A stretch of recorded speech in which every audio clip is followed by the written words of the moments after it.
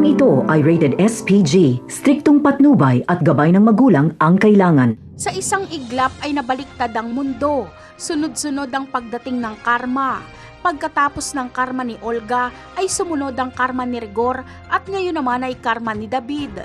Sa pagdating ni Marites sa bahay nila Ramon ay agad ngang nakapagtago si David, wag lang siyang makita ni Marites. Pero bistado pa rin siya dahil naiwan niya ang kanyang cellphone kaya nalaman ni Marites na si David siya. Agad natatawagin ni Ramon ang kanyang mga tauhan at ipapahalughog ang buong mansyon para hanapin ang nagtatagong impostor.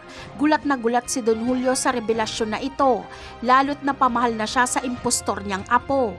Batid ni David na nabisto na siya, kaya kinakailangan niyang makalabas sa mansyon para makatakas. Ang tanging makakatulong na lang kay David ay ang tatay niyang si Rigor. Kapag makauwi siya ng buhay, ay hihingi siya ng tulong kay Rigor dahil sigurado nga hantingin at papatayin siya ni Ramon. Aaminin ni David ang lahat kay Rigor. Sasabihin niyang kasabwat siya ni Olga. Ngunit sapat ba na kaparusahan kay David ang kamatayan gayong napakalaki ng kasalanan niya?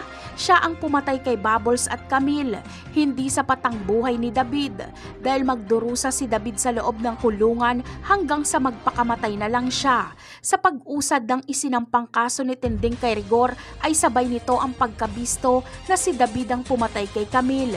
Kaya sabay sa kulungan ang mag-amang Rigor at David. Napakarami pa nating dapat abangan sa mga susunod na episode. Paalam!